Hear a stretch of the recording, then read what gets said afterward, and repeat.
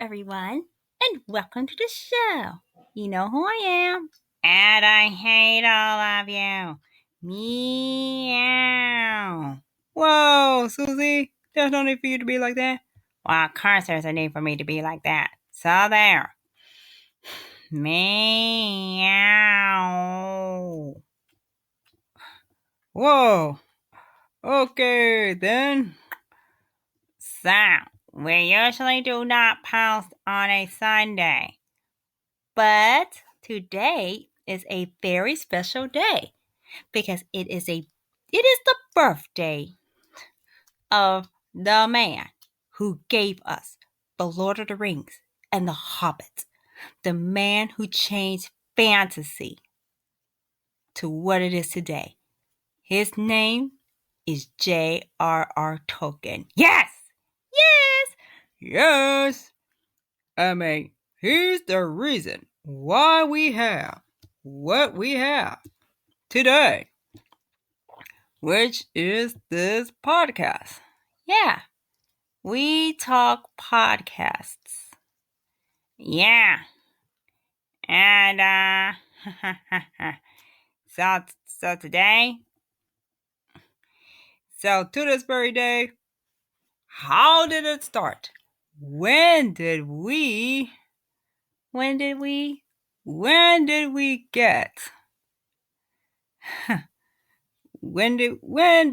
get what we got?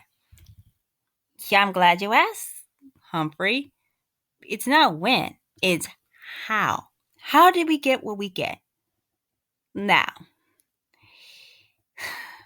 we're going to talk about the tale of Tolkien.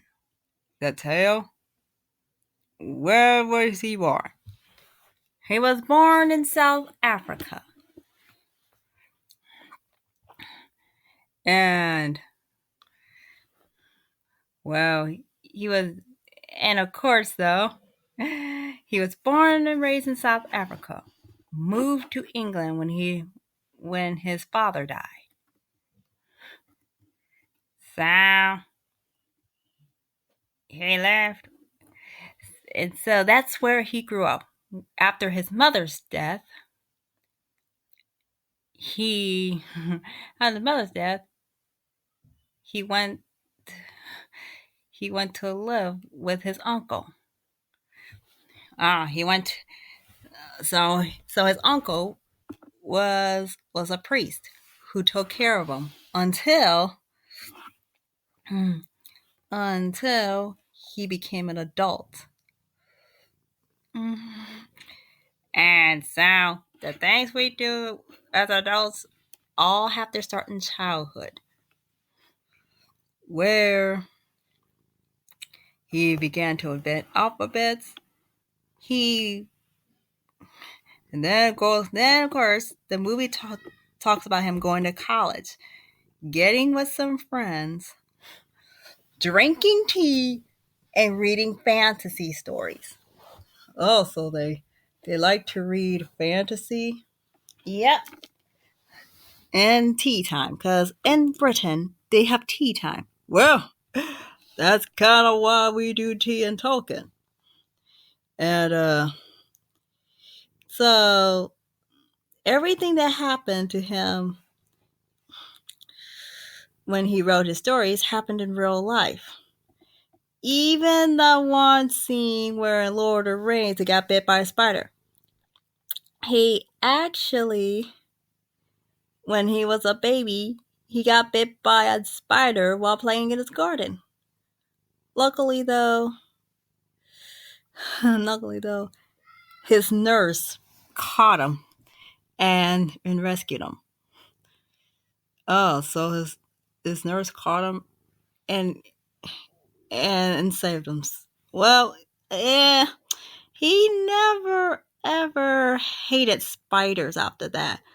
Even though Shelob the spider is a completely different story. Oh, a completely different story? Yeah, we will talk about that later on. So the tale is what happened when he grew up? He grew up, decided to get married to an older woman. Of course, though, his uncle didn't exactly approve of the woman. He's like,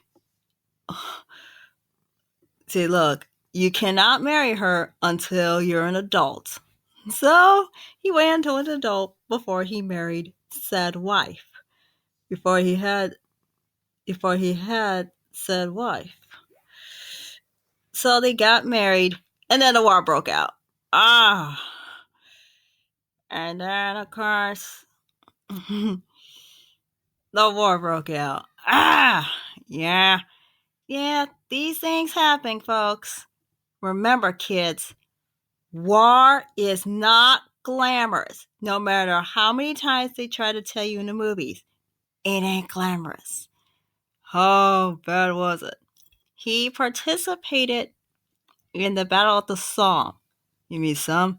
Somme. Okay, know your French, Humphrey. Oh.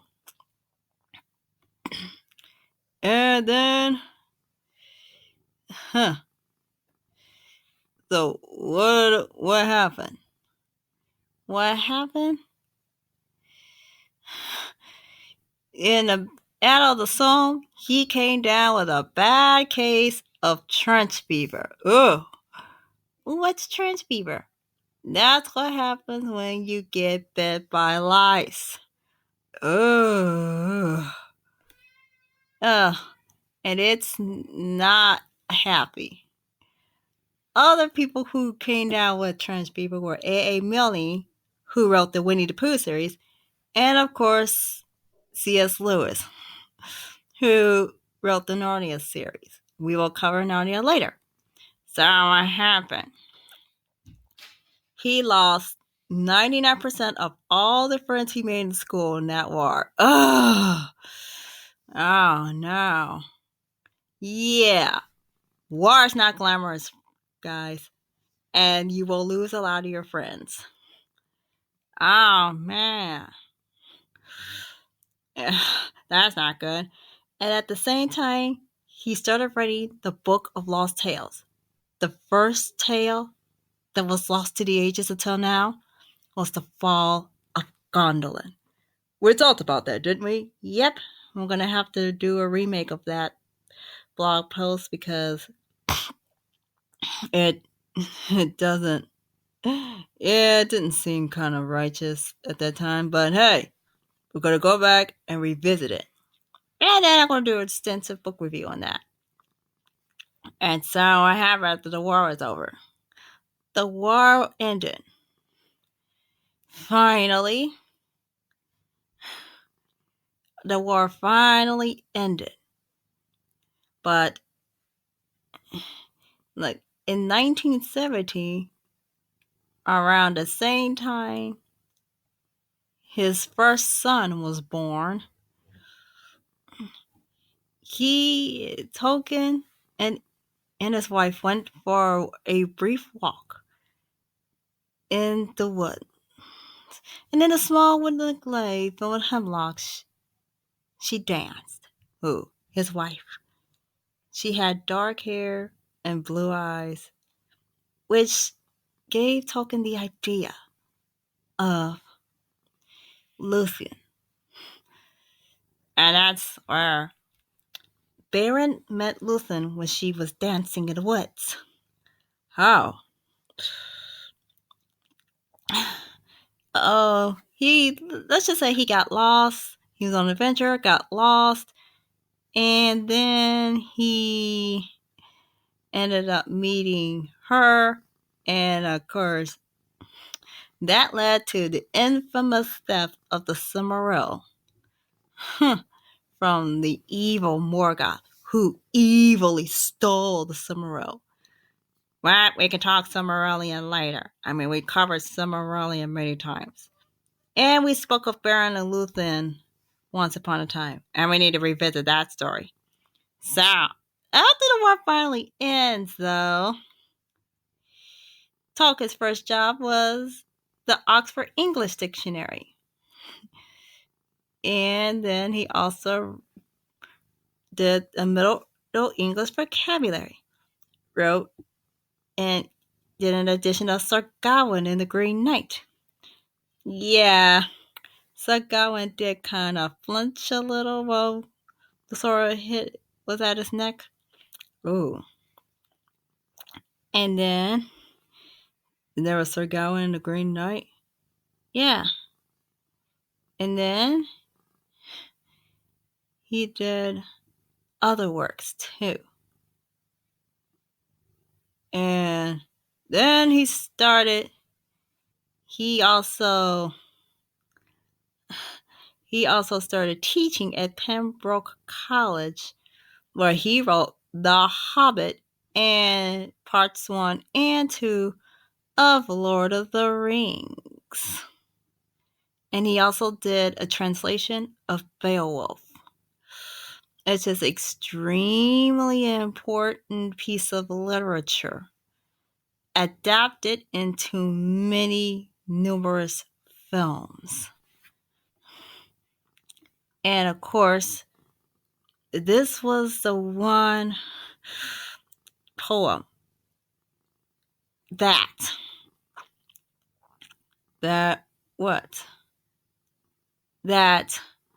impressed many generations of students who entered that hall. Even the poet W.H. Auden wrote a letter to his former teacher thanking him for that unforgettable experience of Beowulf. Yeah. And not only that, he said that the voice was the voice of Gandalf. Huh. So Gandalf? Yeah. And and then he also became a code breaker for World War II. Yeah, I don't think he was keen on going back out there in the field anytime soon. Yeah. Besides, the Battle of the Somme would have been very fresh in his memory. And at the same time, though, during World War II, he began largely writing Lord of the Rings, completing Lord of the Rings in 1948. But it would be a while before he had it published. Because you gotta go through the editing, and then editing, and then editing until everything is there. So Tolkien had 4 children. One, his only daughter, is still alive. Yet last year,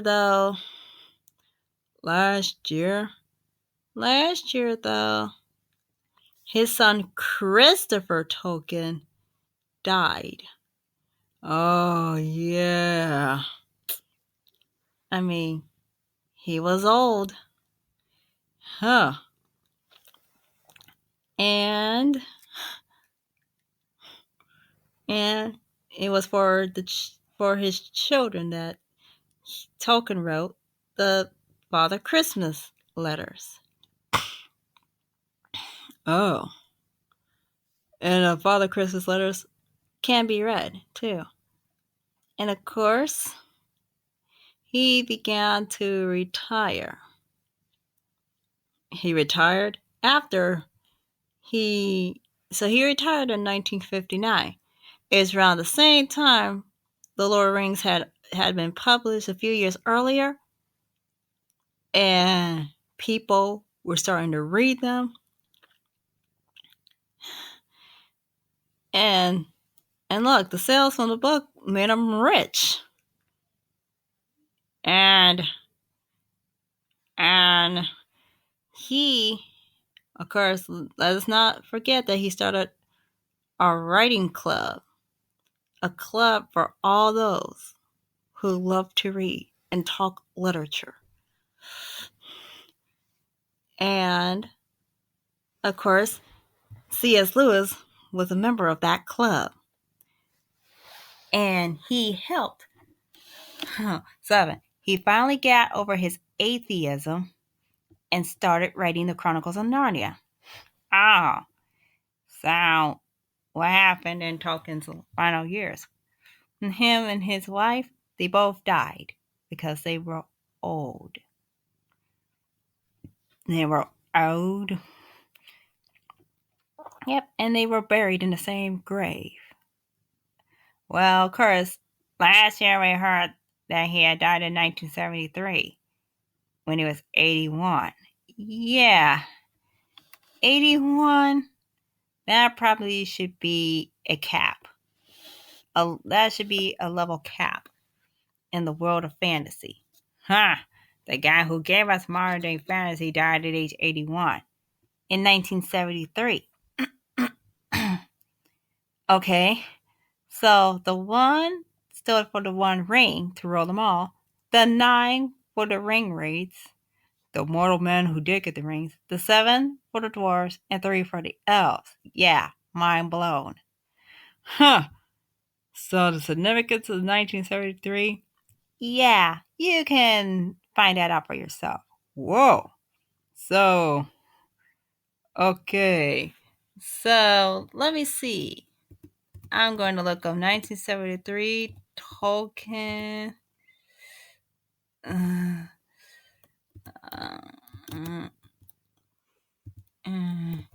Let's see the Tolkien theory. Oh, then it says here that on Reddit he had predicted his own death. Whoa, Reddit.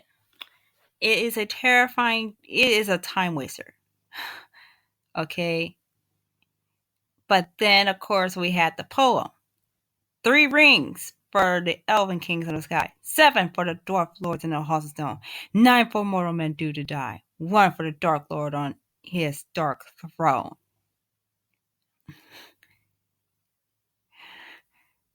So he predicted his own death. So now 9. What is 9 times 9? 81. Oh, he died in 1973. Is your mind blown yet? Or do you want more? So, you said 9 for mortal men doomed to die. He was a mortal man, and he was doomed to die. He knew when he was going, so he kind of knew exactly when he was going to die. And now let's go back to the poem. 3 rings, 7 for the dwarf, 9 for the mortal man, and 1. Now let's go back. 1, 9, 7, 3, which translates to 1973, which was the year that he died. So, wait, the 5 rings for the Hobbit Lords? Nah, the Hobbit Lords didn't need the rings. Yeah, they didn't need rings. But the rest of us did.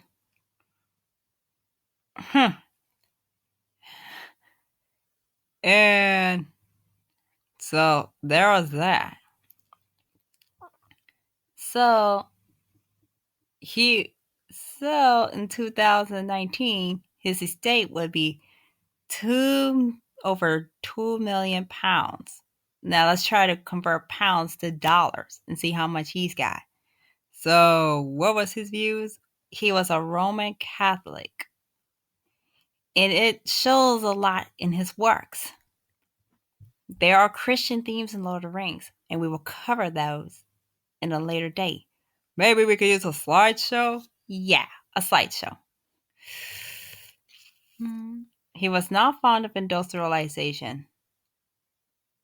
He didn't put a lot of religion in his works because once upon a time, the men of Gondor worshipped Sauron. And then they realized, oh no, we're not doing that again. That was a disaster. And of course, Tolkien was not fond of C.S. Lewis using religious allegory in his stories. we will get back to you on C.S. Lewis later. So, and so he was anti-communist, anti-globalization, and he was opposed to the Nazis. He was not fond of total war, and he was not fond of democracy, and he hated racism, but loved nature. Oh, and so, and then we will talk about what was the road to him creating Lord of the Rings. What books did he read? What books did he read as a child that would later lead to him as an adult?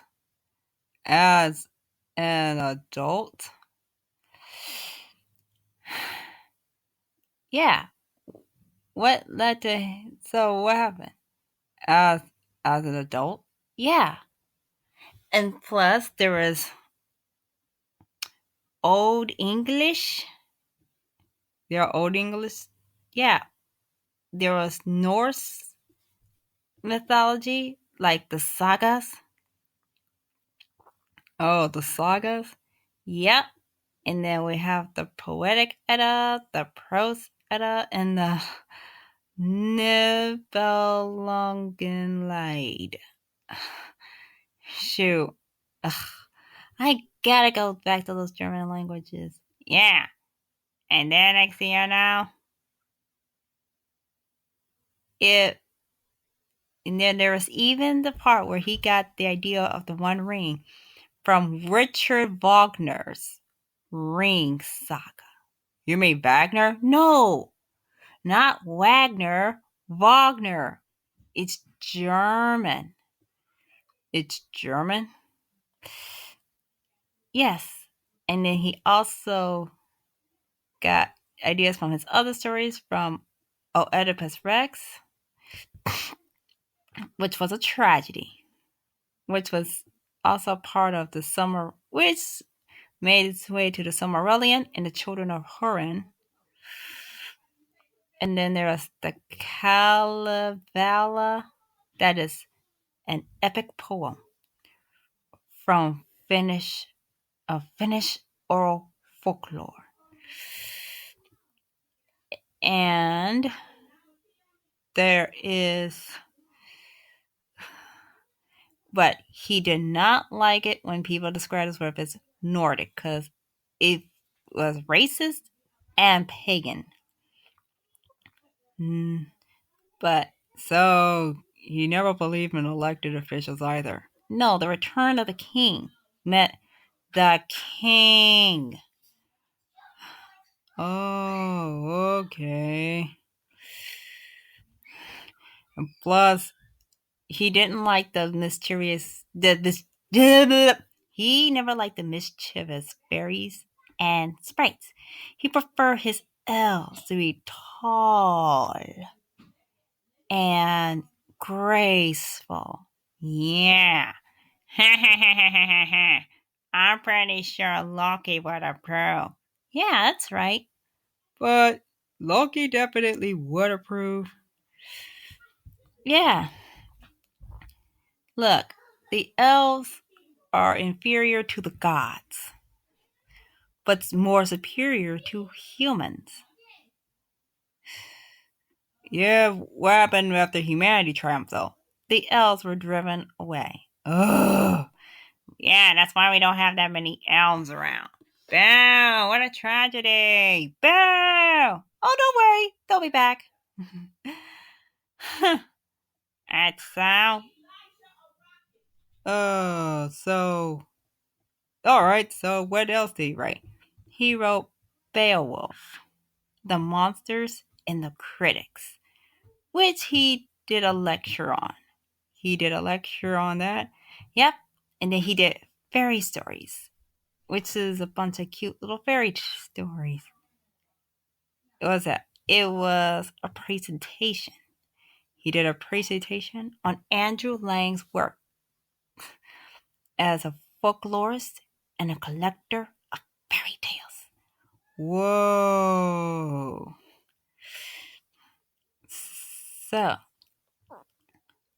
So what do we get? He also wrote The Father Christmas Letters, Leaf by Niggle, Rover Random, Mr. Bliss. These are kiddie tales. The Adventures of Tom Bombadil. Unfortunately, Tom Bombadil was never seen in the Lord of the Rings movies, and he only got a very brief cameo in Lord of the Rings. There's Smith of Wootton Major and Farmer Giles of Ham. Oh yeah. I once read a plot that Farmer Giles of Ham showed up at the Battle of Gondor and saved Gandalf. Yeah, but Tolkien would have rejected it. So then we have The Hobbit, which Tolkien never expected any of its stories to be popular, but they did. And then, of course, an employee at the publishing firm George Allen and Unwin, now known as HarperCollins. So an employee came to him and said, "Hey, you should publish this story." And he's like, "Okay." In 1937, the book was published. It was a success, a hit among kids and adults. And so, a couple of years ago, we celebrated the 80th anniversary of The Hobbit, and we talked about its staying power. And then the publishers begged him for a sequel, which in turn gave us The Lord of the Rings. So, Tolkien tried to make The Lord of the Rings for a kid's novel, but then it got pretty dark real quick. Yeah, I'm like, the end of Hobbit was pretty dark too. Especially when they were talking about that war. And then, even the movies were kind of dark. Yeah. Even our intro, even our podcast intro is pretty dark. Yeah, you made it dark? Pretty dark. And then, of course, it was Lord of the Rings was a direct sequel to The Hobbit. But it was mainly for an older audience. It was it drew a lot of backstory of a place called Beleriand, which was also featured in the Silmarillion. So, Lord of the Rings was extremely popular in the 60s. And it's still popular today. Yeah. And this is one of the reasons why we have what we have today, which is the Tea and Tolkien Thursday. This is why we get together, to look at this stuff, to study it, and to find others who love Lord of the Rings as much as we do.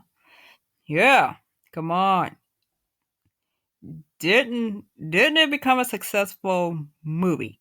Oh, mainly the ones done by Peter Jackson. The movies made by Peter Jackson succeeded, whereas some of the other Lord of the Rings adaptations failed. Now, The Hobbit, though, we prefer Peter Jackson's version of The Hobbit to the cartoons. Well, we'll discuss that later. So the Silmarillion was all a creation. How it all began. It talked about it was all about how it began. It was history. Look, we also celebrated the 40th anniversary of the Silmarillion. Of course, Tolkien died before he could get the Silmarillion published, so Christopher Tolkien took over and edited it. Of course, he hired Guy Gavriel Kay, who does fantasy. Oh, so now he has his own successful fantasy series, mainly rooted in history. Rooted in history? Yeah. And so in 1980, Christopher Tolkien did the Unfinished Tales of Numenor and Middle-earth. And also, he did the history of Middle-earth. All his father's notes. Every plan he wrote down and had to scrap, all that led to The Hobbit and The Lord of the Rings. Plus, though, in 2007, which is 10 years, which has been around for a long time. In 2007, The Children of Hurin was published. And it's kind of a sad story, though. And of course, it was a standalone from the Silmarillion. And then, of course, there was also the legend of Sigurd and Gudrun, which is based on 2 poems. Of course, when that story was written, we can't trace back. Okay, so from the 30s, the fall of Arthur. You mean, what happened at the end of Arthur? Not King Arthur, just Arthur. Oh. And then they didn't talk about, it avoided the Holy Grail, the courtly solitude, Excalibur. Arthur was a warlord, trying to stop the Saxons from taking over his lands. And then he did Beowulf. The one that he started working on, which Christopher Tolkien got his hands on and published. Oh. The story of Kalervo. It was a retelling of a 19th century Finnish poem. Oh. Ertningol Tolkien was in college. The Tale of Baron of Luthen. It is another tale told in the Silmarillion, along with the Children of Hurin. Of course, it's a standalone. And then the last book was The Fall of Gondolin, also featured in Silmarillion, but got the standalone treatment. Alright, and didn't we talk about trying to make those in the movie? Yeah, I say more like mini movies. Yeah. Oh, and then of course, he invented languages too. Which we really would like it if someone were to invent a language for... Look, I wish Duolingo could make it so we learn Elvish. I mean, I would love to do this podcast in Elvish. But then we would have to have English subtitles. Oh. But we will study the Tolkien languages later. All right. And then we talk about adaptations. Of course, United Artists got their hands on the rights to The Hobbit and Lord of the Rings in 1968. All because Tolkien never said no to a film adaptation of The Hobbit and Lord of the Rings. Well, John Boorman wanted to do live action Lord of the Rings, but that didn't go through. I mean, the Beatles wanted to do a version of Lord of the Rings with all the Beatles playing the main characters. That never happened. Tolkien was not that fond of Disney, so Disney's not going near The Lord of the Rings or The Hobbit. But Ralph Bakshi did a version of The Lord of the Rings in 1978. Yeah, but he only covered half the story. It was impressive in its time, but not really that good. Yeah. But Rankin Bass did an animated version of The Hobbit in 1977. Oh. And, yep. Rankin Bass was known for their holiday special.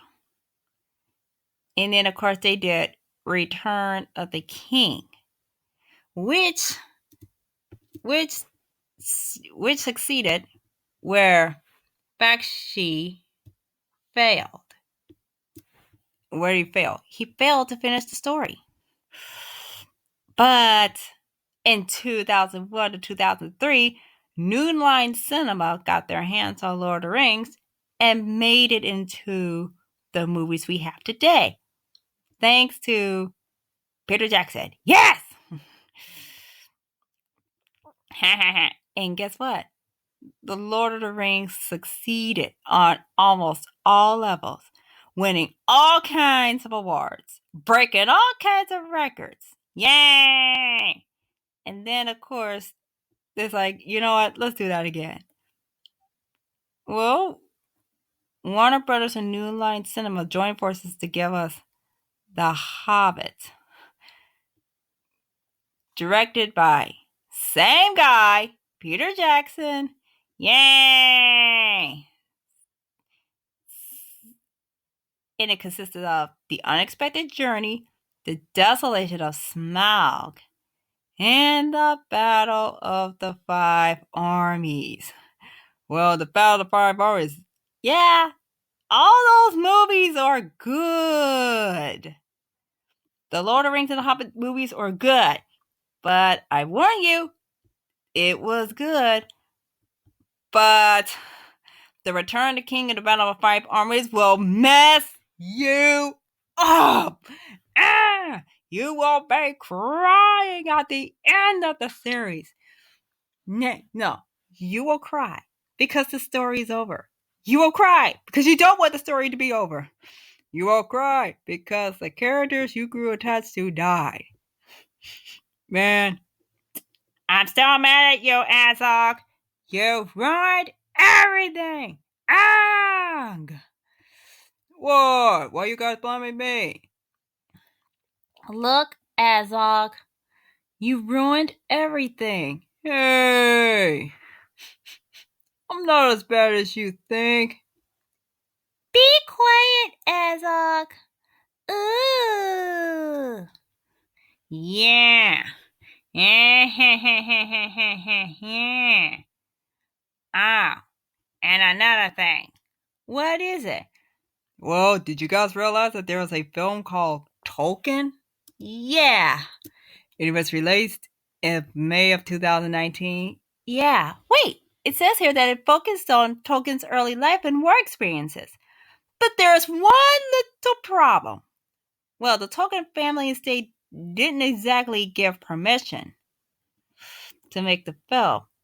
But we got a bigger problem than just the family and the estate. What is it? We were still riding on the Endgame train. All aboard the Avengers Endgame train. Doo-doo! Next stop, 3,000. 3,000? Next stop, 2.8 billion tears. 2.8 billion tears. Yes. It made $2.8 billion, but we got 2.8 billion tears. Enough to fill about 5 movie theaters. Yes, 5 movie theaters. Oh. And yes, we are now on board with Amazon doing a version of The Lord of the Rings which take place somewhere between the Silmarillion and The Lord of the Rings. And Hobbit. Yep. And, well, it's gonna take us a while to know what the story is gonna be about, who's gonna play which character, what's it gonna be about. I mean, we know it's about tales that happened that Tolkien never got a chance to explore. Look, here Tolkien says, here's the sandbox. Here's what I have made for you. Now take this stuff that I've given you and do what you will with it. So that's what they're going to do on the Lord of the Rings show. Yes. And guess what? Amazon has joined forces with the Tolkien Estate, the Tolkien Trust, HarperCollins, and New Line Cinema. Oh, so this is me. They're going to try and find a way to connect it with the cinematic universe that Peter Jackson created. If they don't, I'm going to get mad. We're all going to get very, very, very, very, very angry. Ugh. Huh. Yeah. So there's that. So, why is Tolkien important? I mean, yes, what did we learn today? We learned that Tolkien is extremely important because he gave us the high fantasy that we have today. Yeah, the Hobbit movies and the Lord of the Rings movies are a very good reason why we have this podcast called Tea and Tolkien Thursdays. Even though we have to deal with interrupting naughty little Lokis and annoying other characters. Hey! Rude! Azog, you're the one being rude. And not like that, so between interrupting characters and other life circumstances, the thing that Tolkien created is still with us. Yep, that's why we're making 2021 the year that Tolkien becomes relevant again. Yes, let's make it relevant. If we don't, we're going to be very upset with ourselves. And I know many of you guys listening to this podcast will be very upset because we are not making the show relevant. But we should. Yes, 2020 was when we made it relevant again by talking about it. And now 2021, we gotta keep making it relevant. Huh. Okay, everybody. Time to close out this podcast. Which means, thank you all very much for tuning into this special podcast. We're glad you enjoyed it. If you like what you see us do every Thursday, yes, we will be here on YouTube, same time, 4 o'clock, same day, Thursday at 4 o'clock, rain or shine. And if you like it, leave a like on the video, subscribe, and click the subscribe button, leave a notification bell, ring it, so you'll know when another video is about to drop in the series. And make sure you leave a comment about the video, about what you liked about the podcast, what you don't like about the podcast. And and that's that. So let's do this again. If you like this video, make sure to leave a like and a comment Yeah, hit that subscribe button. And don't forget to ring the notification bell so you'll know when another video is gonna drop. Yeah, that's right. Now, I own the show, and the show is over, so meow. Goodbye. Goodbye. Goodbye.